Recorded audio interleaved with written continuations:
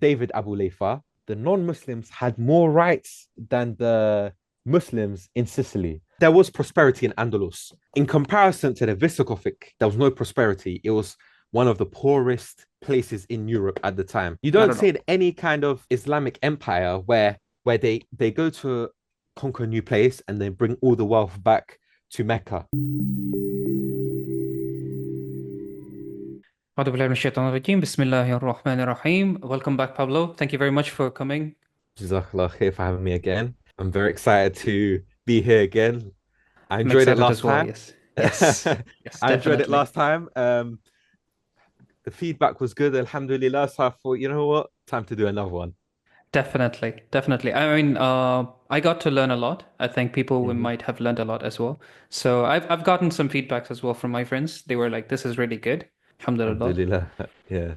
So today we will be discussing about coexisting, Muslims coexisting in Europe. Mhm. And the floor is yours. All right. So when people think of, Islam, Islamic rule, you know, Christians, Jewish, like people living under Muslim rule, they think of forced conversions, jizya, and all these kind of like bad things. They'll say like we can't live under the Sharia, we can't live under Muslim rule. But in reality, if you look at the history of Islam within Europe, especially places such as Spain, Sicily, and the Ottoman Balkans and Ottoman Anatolia, there is a history of tolerant Islamic rule. So let me start off with Spain. So of course, as we know, in Spain, it was invaded by Tariq ibn Ziyad It under was the Umayyads. conquered. Conquered, It was yeah. conquered, yeah. Um, and as I said in the other podcast that we were talking about, he was called upon by Julian, Count of Quetta, because he sent his daughter, um, Florinda, to Roderick, who was the king at the time of the Visigothic kingdom.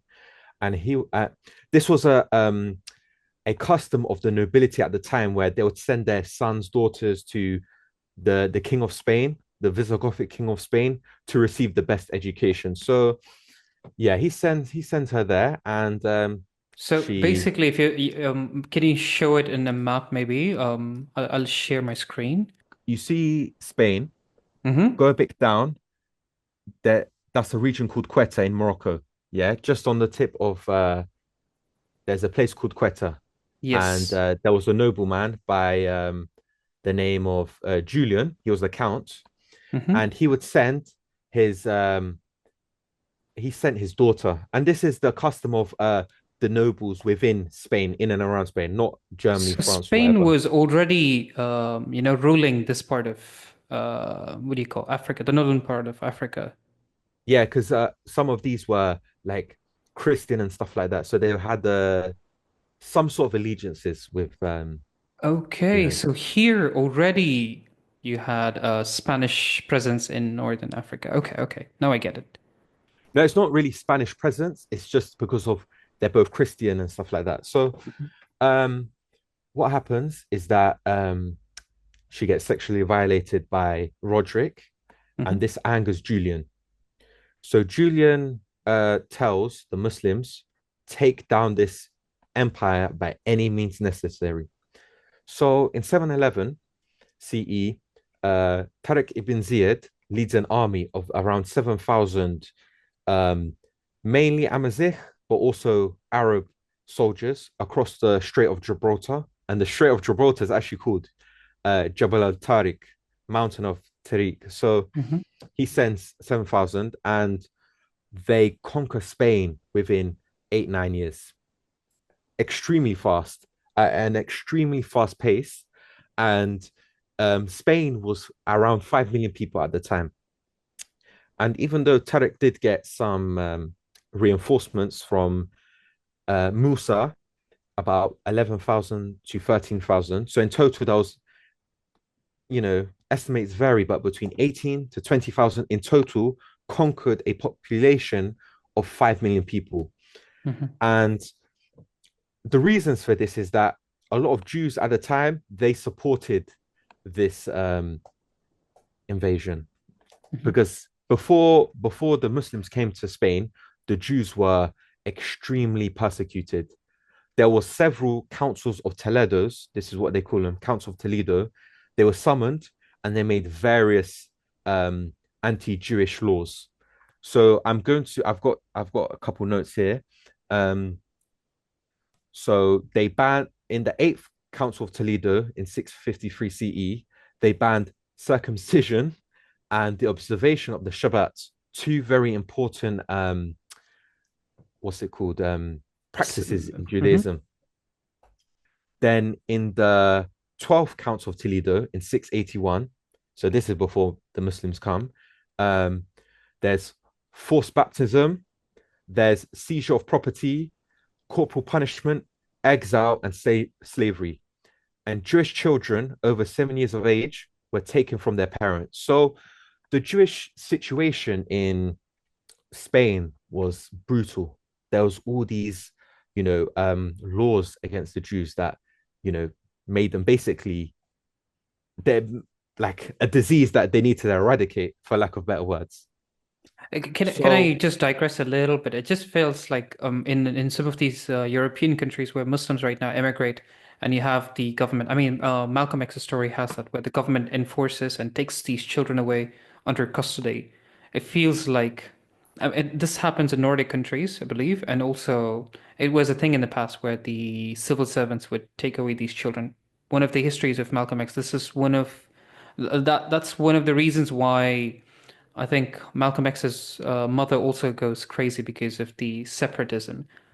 Like when you talk about, Jewish children by the age of 7 being separated by their parents, it reminds me of how this is a current environment as well. Not just a thing of the past, but also something that happens right now. Sorry for the digression, though. no, it's fine. To add on to that, it's a tactic used throughout like the world. You see countless examples in European history and Western history, and even outside of Europe and whatnot, Hmm. where they take children because it's easier to brainwash them because they don't have the ideologies. They're more malleable to make them believe in this and that and the third. So they would take these Jewish children and raise them up as Christians. The Hmm. same way, this is now 800, 900 years later, when the Muslims were expelled from Spain in 16, last time I got it wrong, and this time I think I'll get it wrong as well, but 1612, somewhere around there, the Morisco expulsion, all the children of the Moriscos, they had to stay in Spain. Because why? Because those children could become Christian again, could actually be true Christians.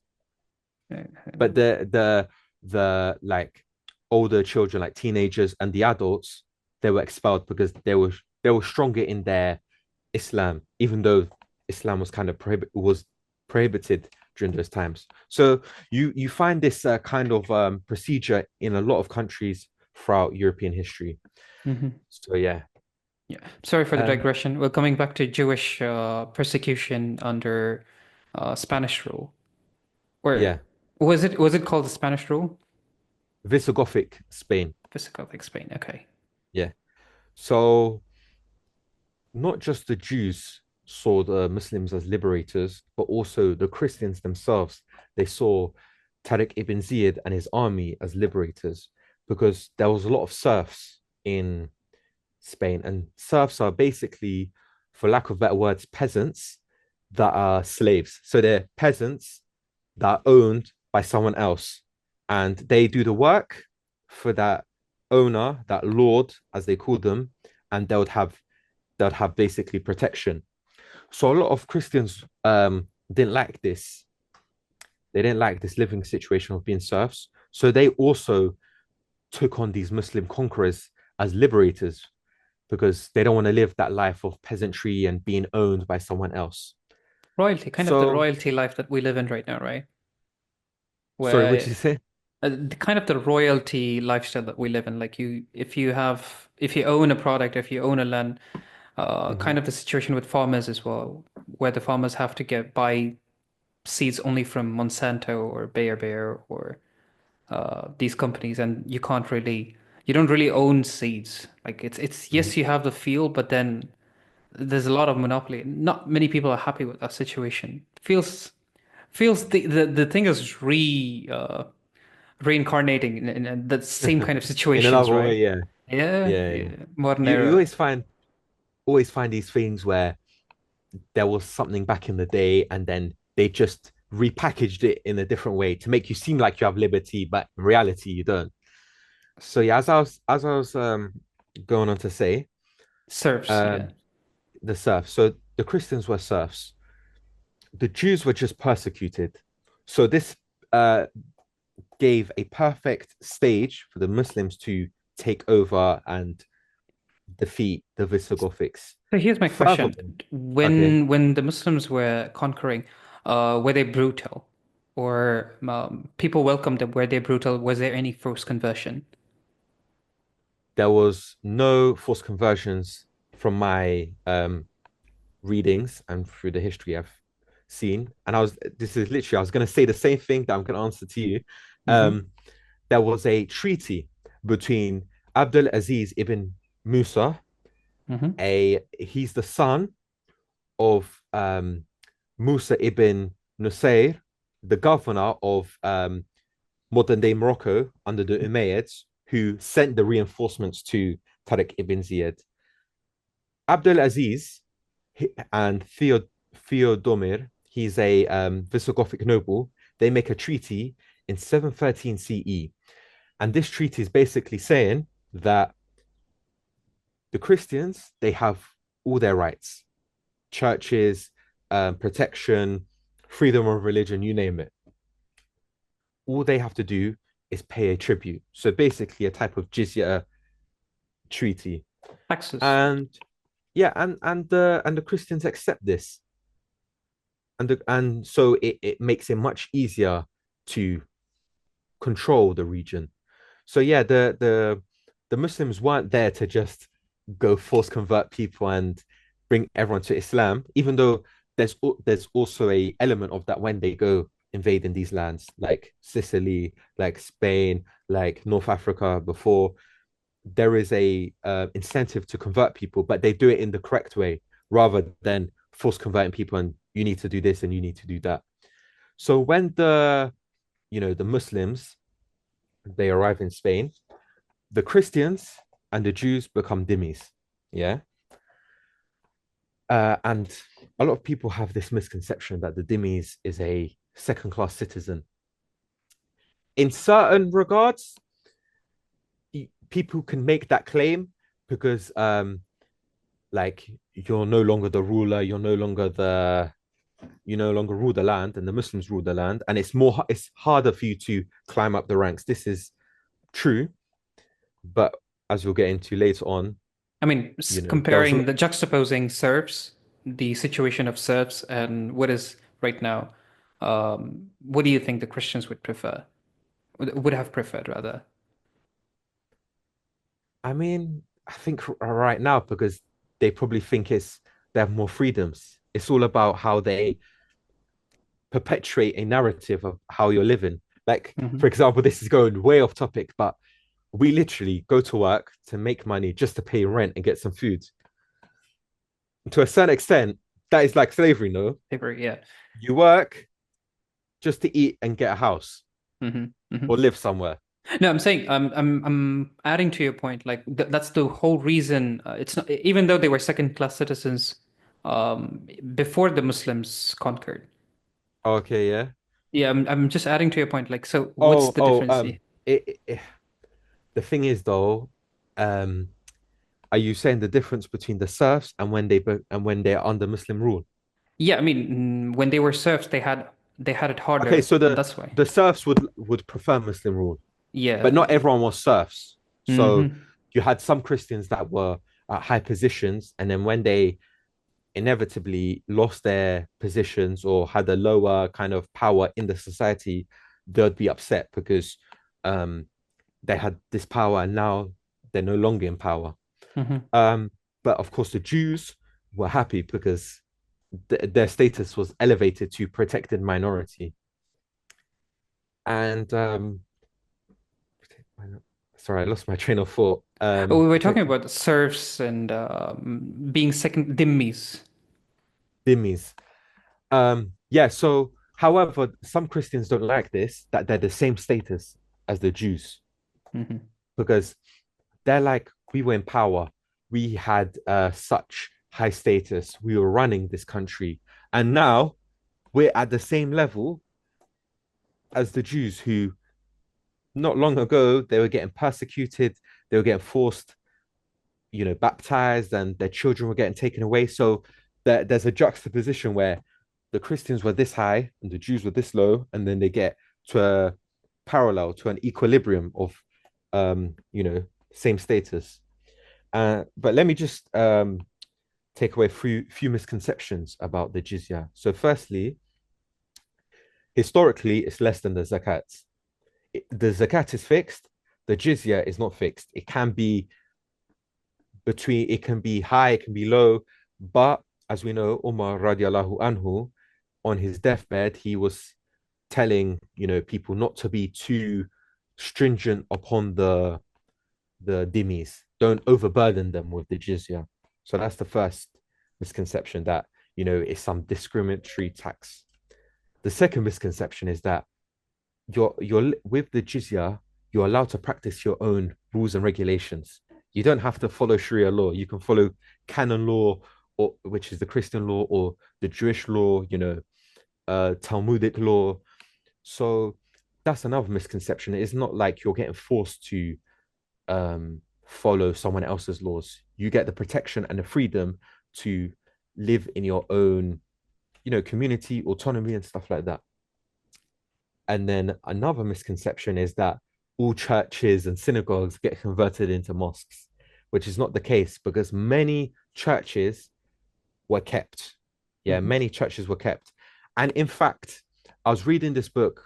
I can't find it. It's called A Vanished World by Chris Launmi. Yeah.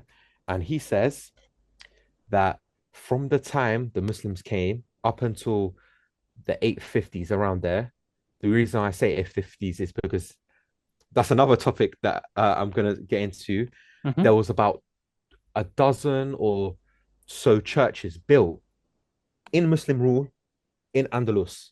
So a lot of these misconceptions that Islam prohibits everything and does this and does that is a complete and utter lie. And yeah, it's very eye opening, because when I read that, I was thinking that's crazy. A lot of quite a few churches were constructed from Tariq ibn Ziyad up until, in 711 up until 850. So yeah. So yeah, so you're saying there was no forced conversion, there was only expansion, and where the native people were um, Mhm. helping Tariq ibn Ziyad and his army, or his what do you call it? Not predecessors, successors, to expand the Yeah. territory. What happens next? Like So as I you said, we have get, a melting point of different religions here right now. You have the Muslims on yeah. the upper class, you have the Christians, and then you have the Jews.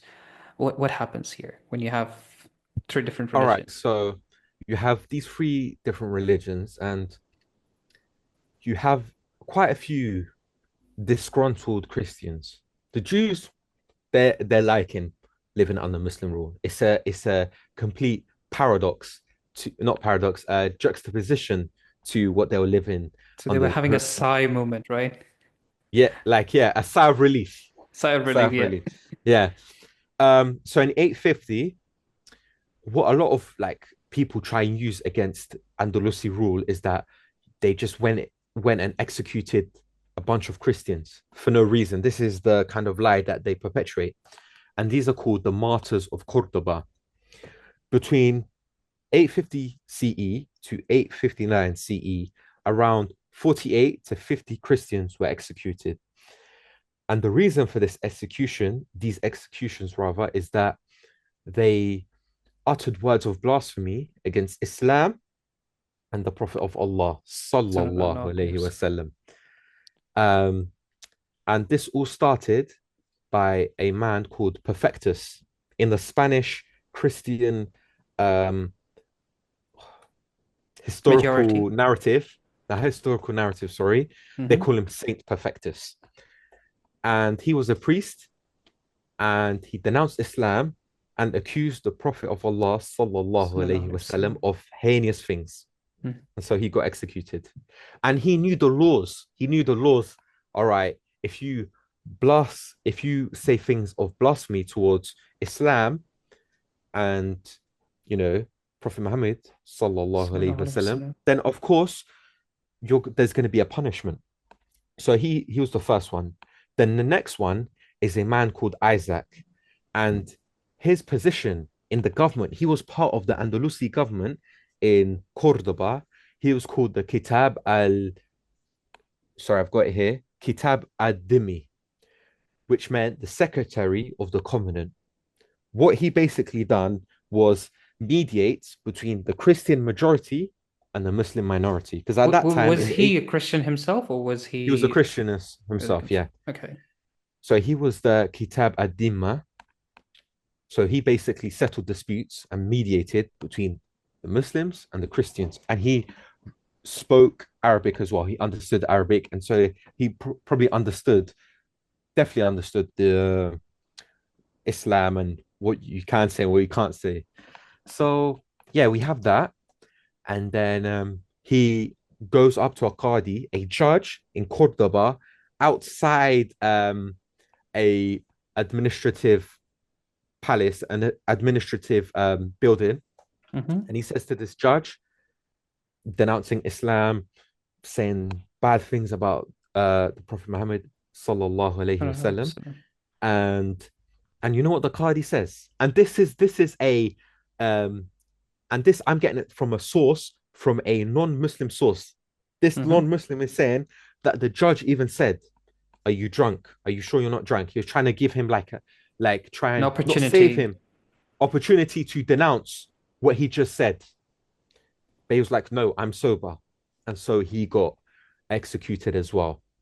And over the next 9 years, in total, 48 to 50 Christians were executed. However, despite this, most Christians were not on board. They didn't they like Isaac. He thought like this would start a movement, maybe an uprising, maybe like a change, something like that. Maybe or maybe he thought, all right, we want to stop conversions to Islam because it was at this time that a priest by the name of Paul Alvaros or Alvar or Alvar, there's quite a few different um, names that he has, or surname actually. Um, he was he kind of influenced these martyrs because he Hmm. was a Christian priest at the time, and he was lamenting at the fact that Christian youth were writing in Arabic, speaking in Arabic. They were adopting Arabic, not Islam. Some were become Muslim, but a lot of them were adopting the culture of The the Arabs. Andalusi Arabs. So So the Arabic was becoming the lingua franca, and it troubled him. it was already the lingua franca, but like the Christians were loving this. They were Mm. liking this new culture that the Muslims brought. And Paul Albar, he lamented this and he said, this is not good and whatnot. But the thing is, as I was saying, the Christians, they weren't on board with this. Many Hmm. didn't choose to participate in this. They didn't want to go and um, denounce Islam and denounce the Prophet sallallahu alaihi wasallam. The reason is because Andalus was prospering. There was prosperity in Andalus in comparison to the Visigothic kingdom era, which I forgot to mention. There was no prosperity. It was one of the poorest um, places in Europe at the time. Europe as a whole, after the fall of the Western Roman Empire, the Latin Roman Empire in 476 CE, Europe was just backwaters. It was poor and whatnot. So that's why the Muslims didn't really care, like, to invade Spain. Like that's why the Tariq ibn Ziyad he gets called back, or is it Musa ibn Nusayr? One of them gets called back and like, why are you invading, whatnot. So yeah, there was prosperity, but also at the same time, this is where we see like um Andalus kind of losing power as well. The same, it's hard to wrap your head around. Can I There's ask you one important prosperity. question? Yeah, Yeah, go when you ahead, said bro. that he was called back, were the Muslims looting those lands? Were they taking the wealth of that land to back to Morocco or to the Muslim world?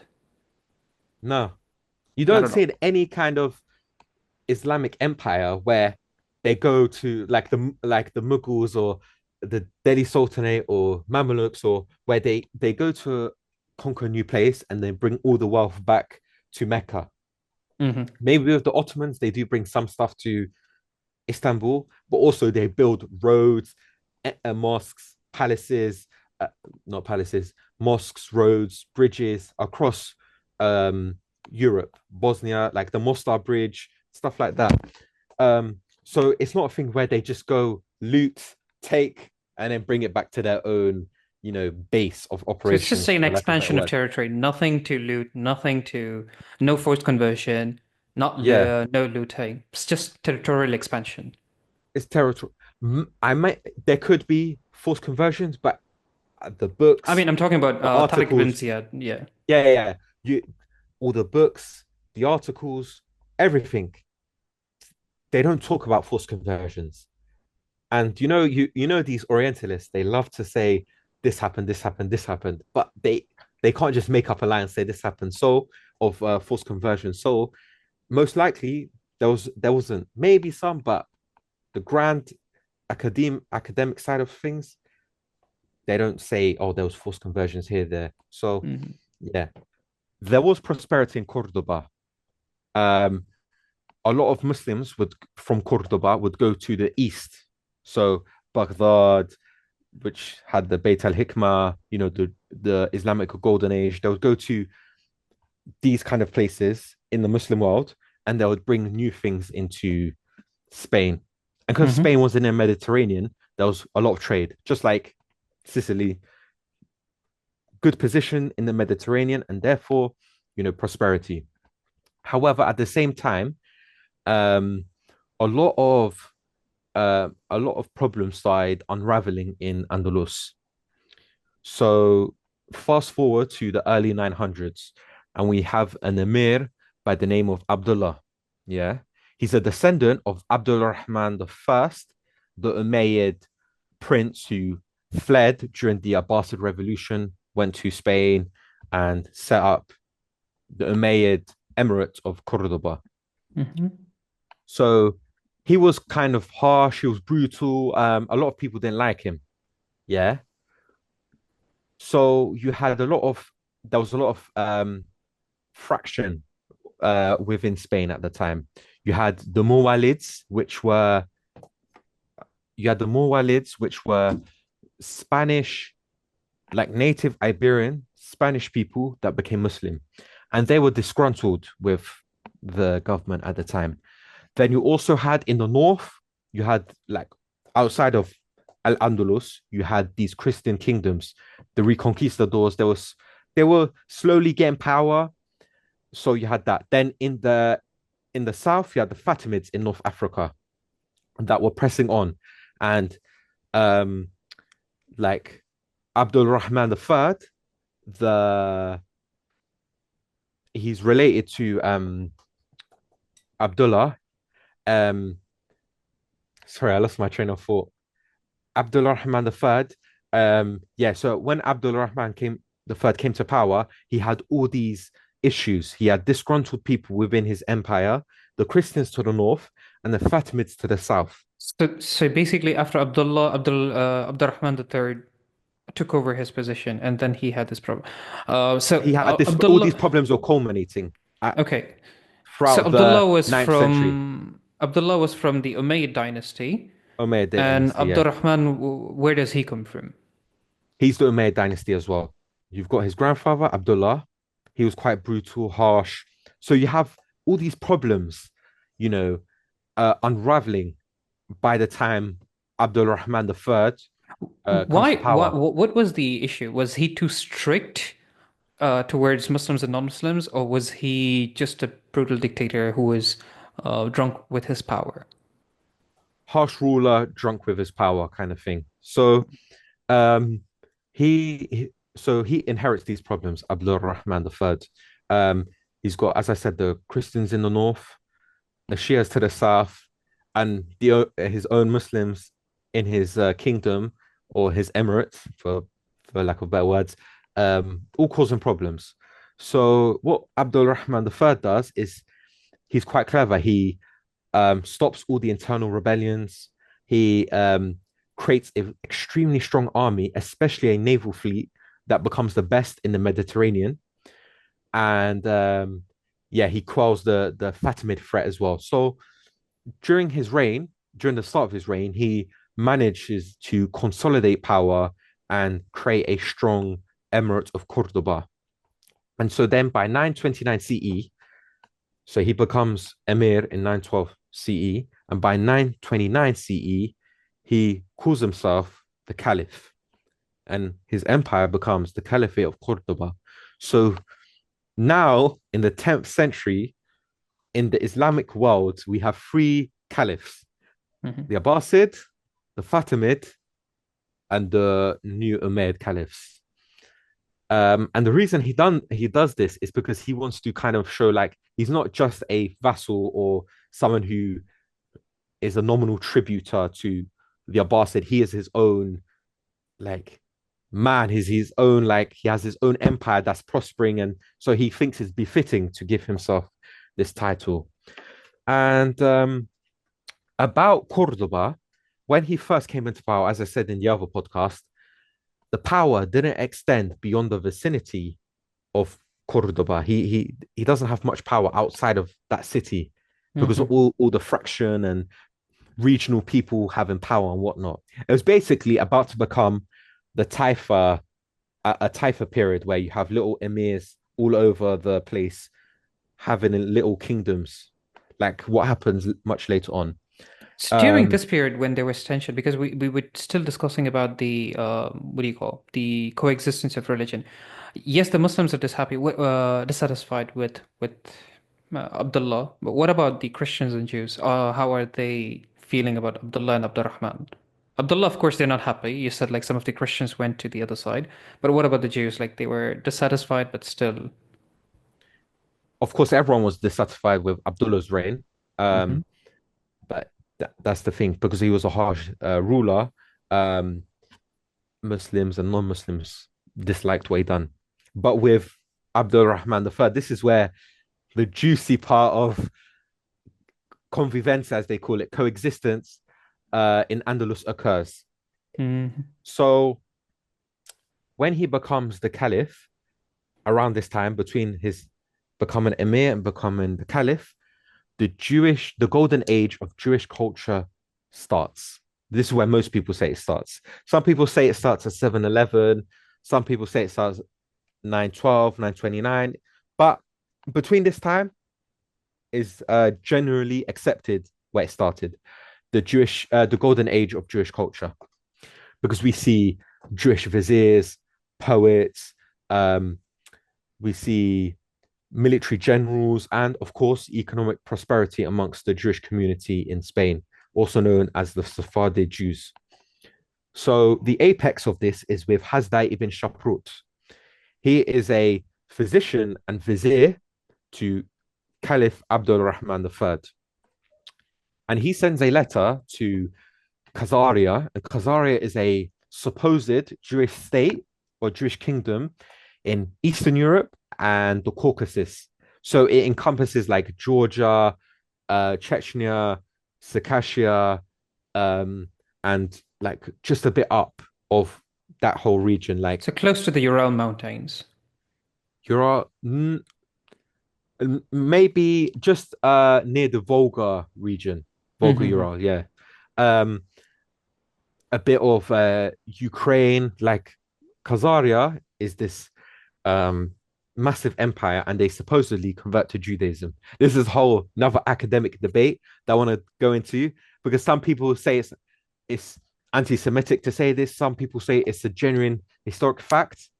But what we do know is that Hasdai ibn Shaprut, the vizier, all but in name to Abdul Rahman III, sends a letter to King Joseph, and he says how he handles the exchange of gifts between the Caliph and the King of France, the King of Germany, the King of Constantinople, as he said in the letter, but that's the Byzantine.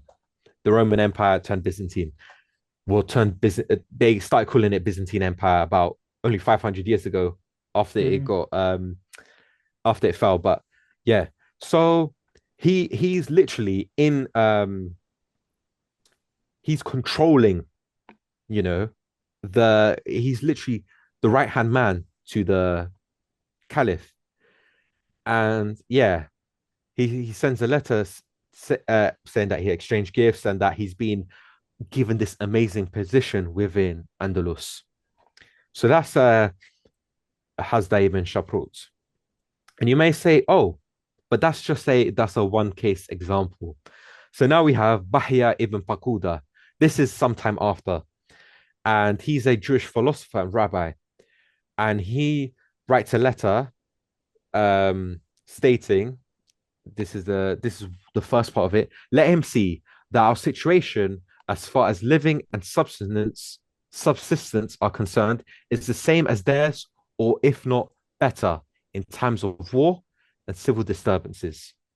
So he's saying that the Jewish um, standard of living, the Jewish situation, is the same and maybe better than the Muslims in terms of war and civil strife and stuff like this. And he writes this 130, 40, 50 years after Hasdai ibn Shaprut writes this letter to the king of Khazaria. He writes it specifically in 1085 CE, and he writes in Cordoba, even though he comes from the type of Zaragoza, which is a bit further away. North, yeah. Yeah. Yes, it's And looking at the situation, because you said like the Christians are disgruntled, and you have a Jewish person, literally almost the right-hand man of the Caliph. How's the tensions? Because you said during the time of Abdurrahman, the Muslims are divided. You have these little daughter states. mhm. So what about the Christians? Are they forming their own groups? Like, are they rebelling, or what is happening with the Christians there? In Andalus or outside Andalus? You said he had power only in Only in Cordoba, the right? vicinity, yeah. Cordoba. So I'm talking about within Andalus, but like different parts of Andalus. Yeah. Well, to be honest, I'm not sure specifically where if there was Christian-led rebellions during that time, but there was just internal strife amongst all the different factions. The most notable is the Iberian Muslims, the native Muslims. They were extremely disgruntled, and there was a point that they nearly formed their own kingdom within the north of Iberia. Not outside Andalus, but within Andalus. But it would have cut off Within from Andalus. Andalus. So yeah, Theological differences, power differences. What is it again? of course it's a bit of both because it's Christian, so there's going to be theological differences at the very minimum, but Hmm. also power differences and just yeah. So these are Christians who wanted to almost separate themselves. No, no, Uh, the Iberian Muslims were they were Muslim. They wanted to separate themselves. They yeah, were yeah. getting power and stuff like that. But of course, when the internal strife, there's gonna be Christians that um want to kind of leave as well. So yeah, the bunch of problems before Caliph Abdul Rahman III, becomes Because you Emir see, and then that's later where Caliph. the golden age of coexistence comes in. So that's why I'm asking you if there is a golden age of coexistence, where the juicy part where But that Christians. golden age of Jewish and Christian coexistence, convivencia, that occurs that starts during Abdul Rahman III's reign. Yes, yes, and that's Like the period I'm that's the asking. apex, yeah. Hmm. Oh, during That's his reign. yeah. Oh, sorry. I thought you meant before his reign, during Abdullah. No, no, no. During Abdurrahman III's reign, you had like almost a division, you said. So is it during his No, time no, or that's Abdullah? Abdullah's reign. Sorry. Abdullah's reign. Okay, okay, okay, Yeah. okay. during Abdul Rahman's reign, People started uh, coming together. people started coming together, Jews, Christians. Um, there was a Christian, Reverend. He was a secretary under Abdul Rahman III. So, and he was sent as an ambassador to Germany in the 1950s, 950s, sorry. So it shows that Christians and Jews had fantastic positions under Abdul Rahman III. And he had another vizier before that called Abu Umar ibn Gundislavos, who was literally his vizier. And when people say this is just it's just a one-off, but like it can't be because he has a Christian as a vizier, then a Christian as a secretary, then he has a Jew as a Jewish man as a secretary. So um, this was the golden age, the apex of religious coexistence in Al-Andalus. Mhm. And after that, the Al-Muwallads, am I correct?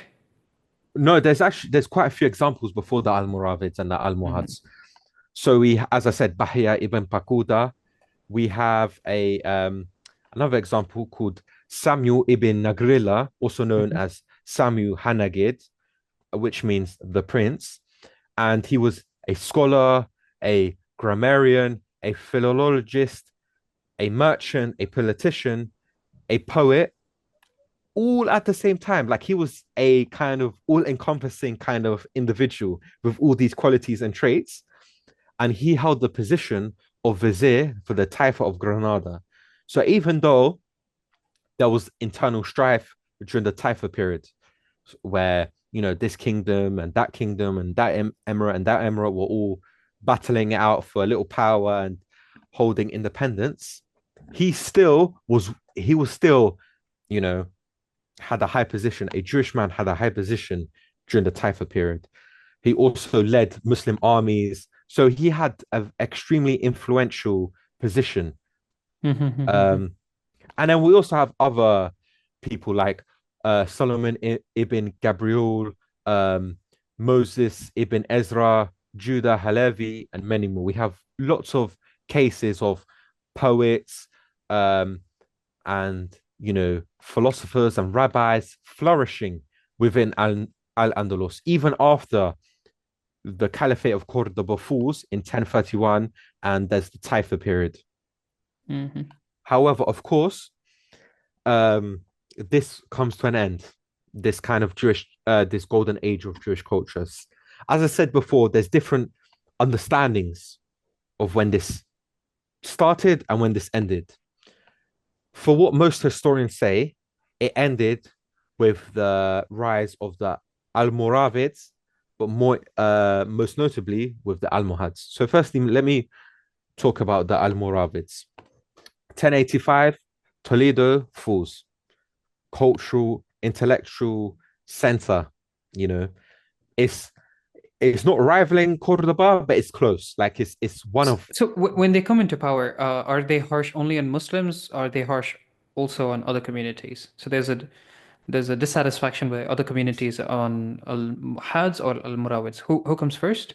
Almoravids. So the Al-Murawids. Almoravids are harsh, Mm-hmm. and Muslims and Christians flee, and Jews, of course.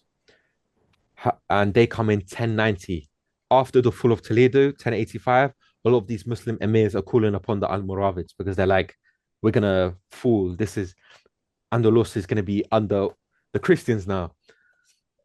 So Mm-hmm. they're puritanical and tyrannical, as a lot of historians say. But then even harsher and tyrannical empire comes through called the Almohads, and they come in 1147. So can you give some examples of what was happening? Like when you say tyrannical, um, what kind of rules were harsh on Muslims and non-Muslims? So they'll force converting people to Islam. Some of the practices of the Muslims were deemed, you know, what's that word called? Heretical. So they're trying to enforce a stringent version of Islam. They're trying to say you have to follow this way and that way, and that's it. So Mhm. Christians, Jewish people, Muslims are fleeing. Um, And Al-Murawids and Al-Muhads. Al-Muhads, were they an empire themselves, or they were just like Bedouin tribes that the Andalusians called upon? Okay, so that both of them, the Al-Moravids, which was the first one, and the Al-Muhads, it can get confusing for the viewer because I was so confused for the Yeah, longest time. But you just have to read like 5 books and then you'll get it'll you stick. get used to it. Um, Yeah, so they control Morocco, um, parts of Algeria, basically North Africa on the coast. but they come Yeah, under the Fatima dynasty because people usually know the Umayyad dynasty, the Fatima dynasty, and the Abbasid dynasty, and this is after the. So this is at least during the Abbasid dynasty. So who were they? Were they connected with the Abbasid dynasty, or were they a separate entity they all were by just a themselves? separate entity. Hmm.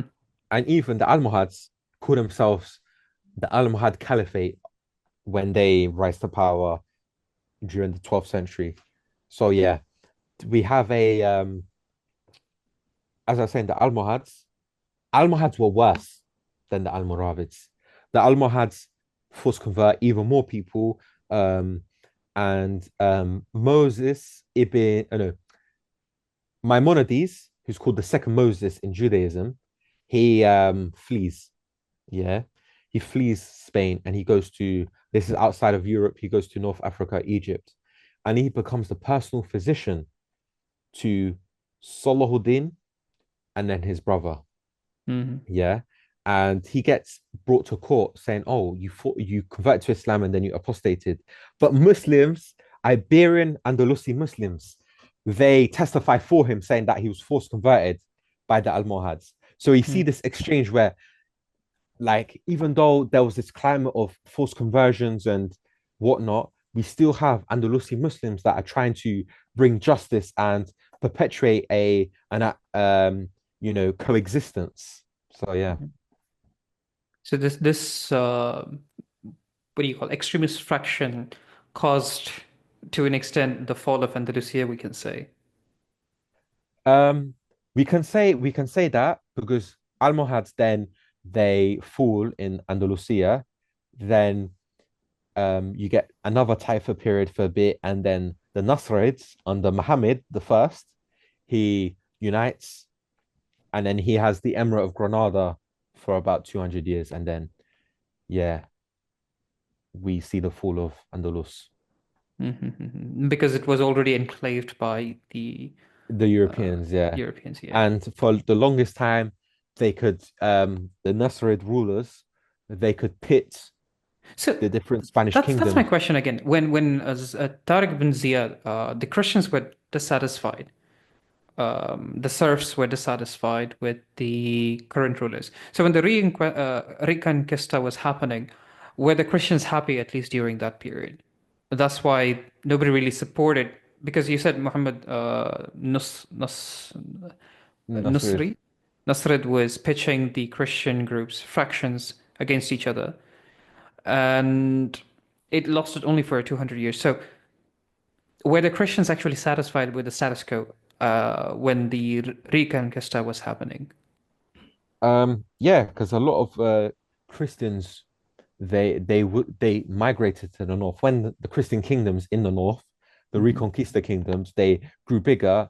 Christians from the Muslim controlled regions went into the Reconquista land. So there is evidence, and we can say that they did support the Reconquista. So yeah, So they were more or less satisfied. That's why yeah, they joined. Yeah, yeah, yeah. there That were, makes sense. Yeah. So yeah, I think that was happening. But in the meantime, you also had in Sicily Muslims. yeah. Who were they? Fatimids or the Abbasids or the Umayyads? And why didn't they join with the Andalusians, basically? Why didn't they? Yeah. That, that's the question that baffles me to this day. It's like, why didn't the Ottomans, the Mughals, join, or why didn't the Ottomans and other states join together? Even though the Ottomans did get Bayer from a lot of different empires, like Hmm. Crimea Khanate and stuff like that. Um, it's all about power. it's all about power. You have a little bit of power, you want more, you want more. And so you don't want to forsake your power for the greater good of the people. And it's not I wouldn't say they're wrong for that because we're not in that position to judge. If we're in that position, you had a whole state. You don't want to give your state for someone else or So combine. here's a question. Like at least maybe right now we see Europe, like Spain and Italy. I don't know how the Muslims used to see, but maybe it's there's a sea in between, and that's why they didn't really bother to help the Muslims in Italy because the Muslims in Italy were there only for 600 years. Am I correct? No, no, way less. So um if you're talking about Muslim rule, way less. So Hmm. it starts in 827 CE. Euphemus, he wanted a revolt against the Byzantine Emperor Michael II. He called upon the Muslims. Um, the Muslims initially didn't want to invade, but Asad ibn al-Furat, Maliki scholar, he was 70 years old or 80 years old. He was quite old at this time, yeah. He was like, no, we have to invade. And he was one of the people that led the invasion, yeah. May Allah have mercy on him. Yeah. He they invaded and they took Palermo 831 CE, but it took them quite a long time to conquer the whole island. 902 CE, they um conquered the whole island, and this is under the Aghlabids, which gave Bayah, which recognized the Abbasids as their rulers, like they were Mm-hmm. vassal state. However, in 909 CE, the Fatimids they start gaining power, and so Sicily was under Fatimid rule. Okay. But then they put these emirs in place, a part of the Kalbid dynasty, and even though they're Shia, the Fatimids are Shia as well. Most the Muslims are actually Sunni Muslims, Sunni Maliki Muslims as well, because of Asad ibn Furat and Aghlabids. And so they're like there is turmoil, but it's more political than religious turmoil, like between the Shia Ismaili government rulers and the Sunni Maliki subjects. Hmm. And what about the Oh, Christians and Jews in Sicily? How were they treated? all right. So as you see with Spain, there was there wasn't a golden age because the literature on Sicily is far less than the literature for Spain. However, we do have quite a few historians that do speak about the rights that the Muslims have, non-Muslims have, sorry, so like Jews and Christians. So in the book, Muslim Sicily Encounters and Legacy, I'll link it in the YouTube video. We have Giovanna Sommerfield. She's not Muslim. Maybe she's Christian, maybe she's Jewish. We don't know. She's an Italian woman. She says the Arab conquest of Sicily allowed the Jews to flourish and prosper. Yeah. Um, Actually, side note, because I just remembered this now. I read this article literally yesterday evening or the day before saying that a lot of the Christians and Jews supported the Muslims because of the heavy taxation imposed by the Byzantines on Sicily. So they were Mm. quite happy with the Muslim invaders, conquerors. However, this didn't translate into them having an easy conquest because it did take some time to conquer the whole island. Mhm. We also have a Jewish historian by the name of Abu Leifa, no, David Abu Leifa. In the same book, he says that the non-Muslims had more rights than the Muslims in Sicily because the non-Muslims they could trade with whoever they wanted. If they wanted to trade with Spain, North Africa, Germany, Byzantines, you name it, they could trade with whoever they wanted. However, the Muslims did not have the same rights. They could not go and trade with non-Muslim regions. And this is something the emirs, you know, uh, Imposed on Muslims. imposed. Yeah, they imposed on the Muslims that you can't trade with non-Muslim rulers. And then we also have more evidence. Ibn Haqil, he visits Sicily in the mid 10th century. So during the time Andalus is thriving, we've got Sicily thriving as well. He says, Ibn Haqil, he says the Jews and Christians are being treated well, freedom of religion, the usual stuff you expect. And but he then says that like he has a dig at the Muslims, saying they're not really religious like that. They're Muslim just in name. So yeah, that's a Hmm. little um facet of that. So yeah, we also even 100 years into Islamic rule in Sicily in the 10th century, we have Christians in the eastern part of the island, Greek speaking Christians, remnants of the Byzantines. They are prospering. They're doing well in Sicily. And so when we have these people saying Islamic rule causes Jews and Christians to live under the sword, not prosper, it's just a lie because we have first-hand accounts and references and academic works on this. Hmm. So yeah, And so when the Shias, basically the Fatimid dynasty, was ruling, was there any tensions where they like, because now you have the what do you call it, the conflict between the Sunni Muslims and the Shia Muslims, where Christians evolved, was there bitterness spreading across? are you talking about the Shia versus Sunni kind of divide? Yeah, when the Fatimids are ruling, you have like, the Sunnis not being happy with the Fatimids.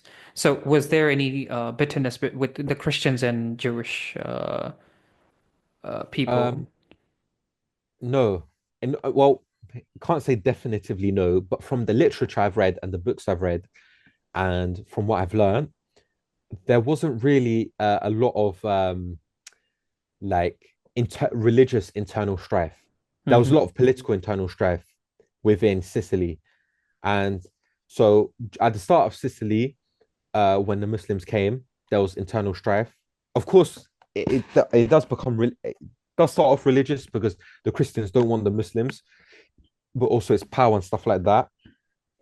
Um, so yeah, we do have also like turmoil and periods of internal strife that kind of quells. They they are minimized during the Cowlbid rule, which starts in the 940s, 948 actually, yeah. So yeah. But there's not many issues between the Sunnis and the Shias, which is Hmm. very interesting because in other parts you have these kind of issues throughout Islamic history, but within Sicily, there is a rebellion as well, um, like a Sunni rebellion against the Shia rulers, but it's not all the time, and it was just one time during the 10th century, in the early 10th century. There was, Just you could say there was tolerance, even though it was Shia ruling. There yeah, was there was a bit of tolerance. tolerance. Yeah, yeah, that's nice. So, any other important point that I missed that you want to add on? Um, to be honest, I think I've said everything that I wanted to say because there's Inshallah. so much more to talk about after the Almorads, Almohads, or um whatnot. I just want to add one thing though, Yeah, sure. and this is connecting to Spain, but we'll talk about Ottoman Empire later. But it's Inshallah. Ottoman this the link between Andalus and the Ottoman Empire. So Okay.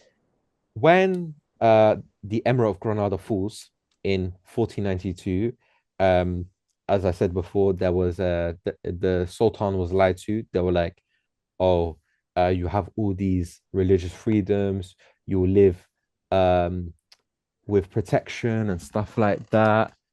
Um, you basically have autonomy and independence, but we're the rulers and we're Christian." But then, They start folks um, converting. Yeah. So what yeah, happened with the that Ottomans? but with the Jews, they were expelled and they Immediately. were immediately, and they were given a 4 month grace period to leave. Yeah, 4 months. They had to pack their things and go.